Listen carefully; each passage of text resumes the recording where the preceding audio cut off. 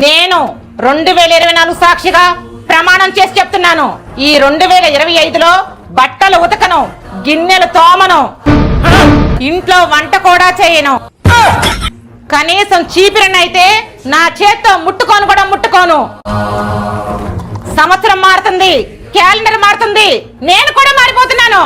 నేను కేవలం ఎంజాయ్ చేస్తాను. ఒక్క సెకండ్. నేను 2024 సాక్షిగా ప్రమాణం చేసి చెప్తున్నాను.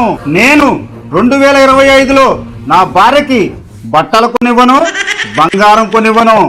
అంతేకాకుండా బ్యూటీ పార్లర్కి ₹1 కూడా ఇవ్వను. సంవత్సరం మారుతుంది, క్యాలెండర్ మారుతుంది, నేను కూడా మారిపోతున్నాను. ఆ డబ్బుతో నేను ఒక్కడే ఎంజాయ్ చేస్తున్నాను.